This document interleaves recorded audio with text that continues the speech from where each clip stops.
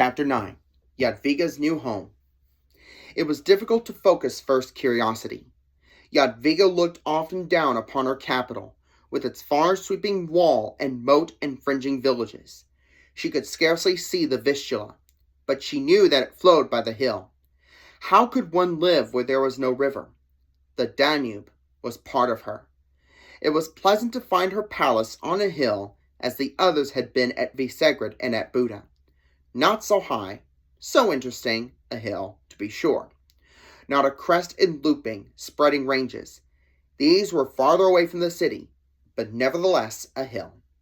And the province of small Poland, in which lay the Grand Duchy of Krakow, was as lovely a rolling land of glens and streams as one could wish to see.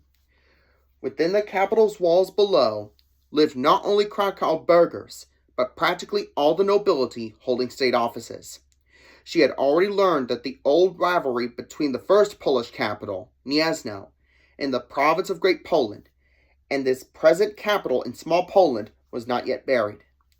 There were those who would have rejoiced to see her crowned at more northern Gniezno near Lake Goplo. She was thankful that there was no question of her going farther away. She turned to more closely examine her deep walled apartment and its location. Her window looked to the northeast. From another part of the castle, she would be able on clear days to see the peaks of the Carpathian Mountains, which separated her two countries. Her first impression had been correct. This was a cheerful room with a corner fireplace to make it comfortable. The walls were painted a warm cinnabar tint.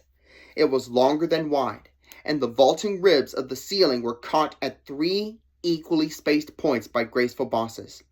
The doorway opposite the window end led to an irregular corridor, large enough, perhaps, to serve as a dressing room, and thence to her Uncle Casimir's large square chamber with its fine hooded fireplace. From this same corridor, ornamented with a frescoed frieze of vines and grape clusters, a secret way led to the formal reception room. There seemed to be many hidden passageways and narrow staircases leading up or down. There were enormous cellars below this first palace floor, which was itself entered from the courtyard by a double flight of steps and a stone platform. It stretched along to the administration offices and kitchens. In fact, the working quarters of the chateau were apparently all on this level, conveniently near. Though tired, she would have liked at once to investigate with her dog, still excitedly nosing about at least this part of the castle, which was to be intimately hers. The apartments of her ladies-in-waiting were not far from her chamber. To the right of it, a few steps down, was an informal reception hall with a barrel ceiling, and beyond it a spacious, doubly vaulted room. Where would William choose to be? In Casimir's large chamber? Probably. Her grandmother, she believed, had occupied the smaller one of her own.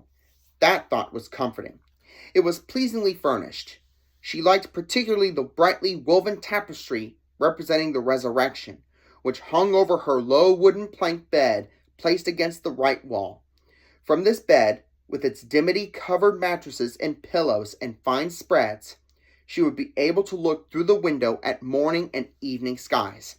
The hill dropped so swiftly that she would not see the treetops, but she would know where they were. Many skins and eastern carpets promised protection from the cold floor.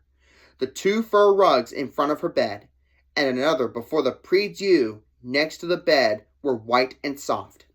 A painted chest of drawers stood at either side of the window, and a heavily carved wardrobe and chairs against the wall opposite her bed.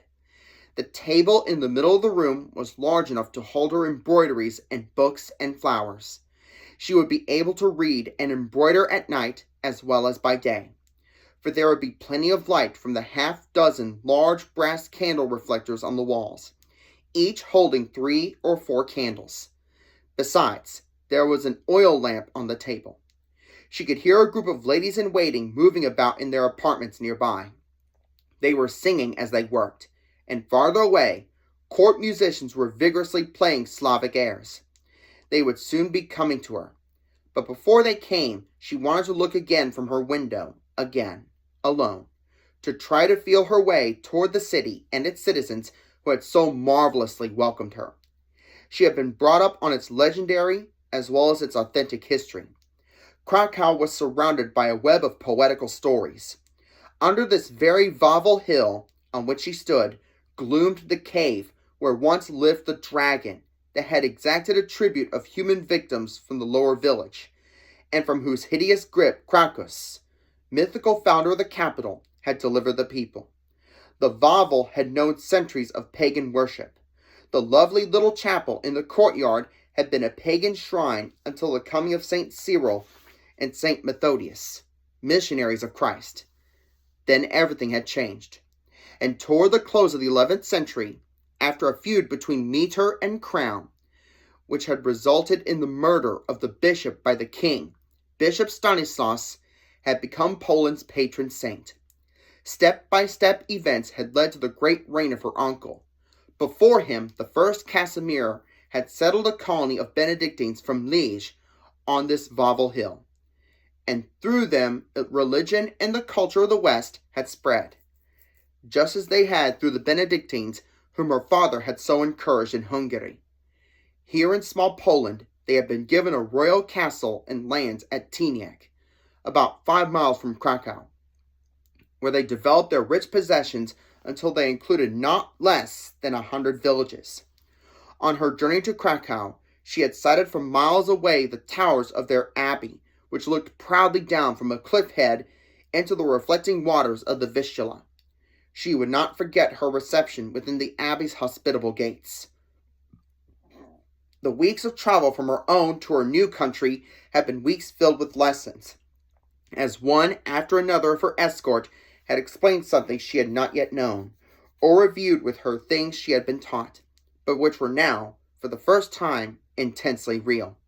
She had already made her first contacts with the majority of those who were to be counselors during her minority, which did not mean, however, that they did not still seem strangers.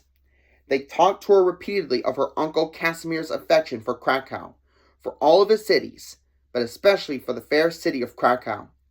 Already she had seen that it was well planned. Its founders had brought an experienced land surveyor with them, who had laid it out and marked off the lines of the great central marketplace. From this ring, with its fine long clothier's hall and Hotel de Ville, and lofty church of St. Mary, 6 wide streets radiated to the 6 city gates. Casimir had found it a city of wood and left it largely a city of stone, more strongly fortified than it had been and greatly advanced in trade and in culture. He had always sought new ideas and methods.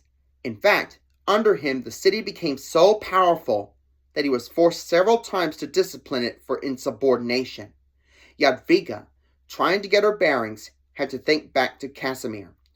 She knew that her grandmother, Queen Regent Elizabeth, had made Wawel Court an intellectual center known throughout Europe.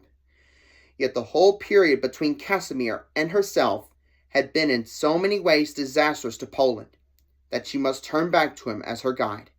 She, too, would improve her capital, build churches, schools, parks.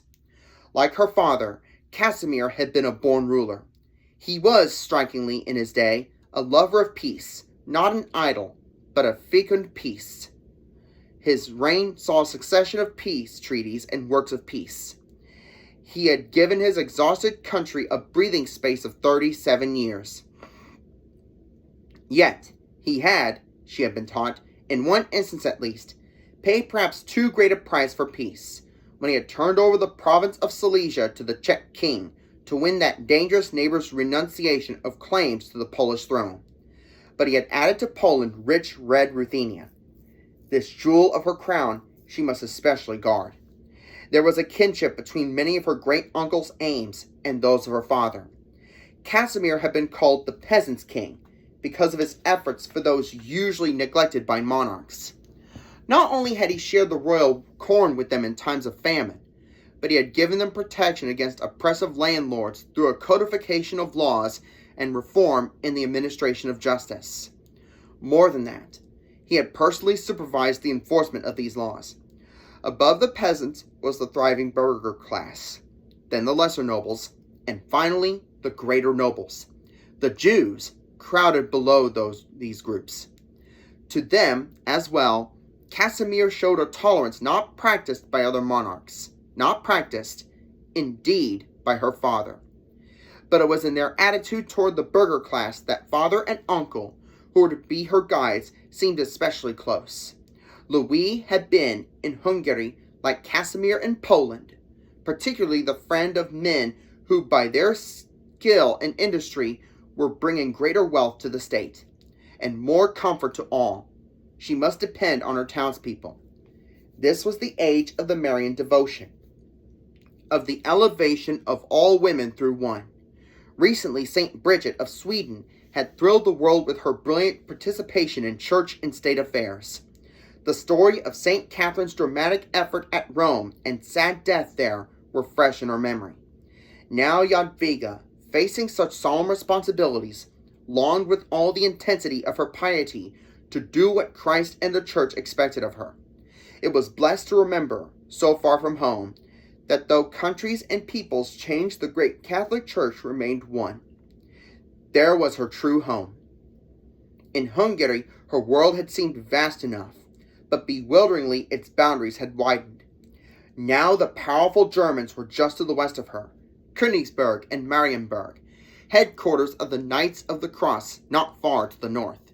She and William knew well the record of the knights as glorious hunters of pagans. But henceforth she would have to hold her mind to a different view of them. Their names spelled terror to Poland. Their bloodhounds were unleashed on her border. No subject of hers on going to bed near that border could be sure that he would not awake beneath a flaming roof. And pagan Lithuania, which still resisted the evangelizing zeal of the Christian world, was her next-door neighbor. To the east lay Muscovy. Beyond it ranged the Golden Horde. Her mind was lost when it tried to grapple with the problems these proximities implied. She was, of course, not yet actually to rule. Poland, a progressive among medieval European countries, was moving in the direction of an elective monarchy and parliamentary government. It had an advisory council of the crown and a national diet in which theoretically all the people, but actually only the nobility and clergy, were represented. However, since the beginning of this year, delegates from the towns were allowed to sit with nobles and clergy in the royal council. Nevertheless, this did not mean that the great provinces were yet committed to a strongly centralized government, for each was still jealous of its sovereignty. During the disastrous interregnum which her coming had ended, independent rivalries of provincial heads had reduced the land to almost hopeless disunion. Alone the frequent church synods, which represented the whole of Poland, had kept alive the idea of national solidarity. For the moment, the nobles of the province of Small Poland, who were her ardent supporters, were the dominant power in the land. She was to be under their tutelage, and directly under that of Kastellan Dobislav, military commander of Krakow and mayor of the Royal Hill. What would this broad-shouldered, bearded man with penetrating eyes which looked out from under heavy brows be like as guardian? Fortunately, there was at least one official for whom she could have a kind of family feeling. The assistant treasurer, old Dmitri of Gore, had served under both her uncle and her father. Everything had been properly looked after. Because of her father's foresight, she was familiar with court machinery. Dames of honor and maidens in waiting were ready to serve her. No other than the Duchess of Mazovia, sister of the pious claimant of the crown Zimovit, who had attempted to kidnap her, would be one of the most influential women of her entourage. Her own Anna would never be far from this chamber. Others who had accompanied her to her new home lived down in the city at the foot of the hill. Yet in reality, she was alone. All her youth had responded to the breathtaking scenes of which she had been the central figure. But now the tide of excitement and exaltation receded and left a loneliness which would have seemed unendurable but for the thought that William would soon arrive to share their vast, complex world with her. Anna came shortly, then Elizabeth, whose husband, Spitko, Lord of Melston Castle, was one of the most intrepid and loved knights in the kingdom. The women spent several hours with their young queen arranging quarters and possessions, and during supper they planned for the morrow. Archbishop Dmitri and other Buddha friends came to see how she was getting settled, and with blessing and good wishing to bid her good night. And then again she was alone, her mind busy with those inner adjustments hidden from others. Resolute little figure in the northern vaulted chamber trying to think it out, and unconsciously opening doors to all the teachings and influences of her extraordinarily crowded young years.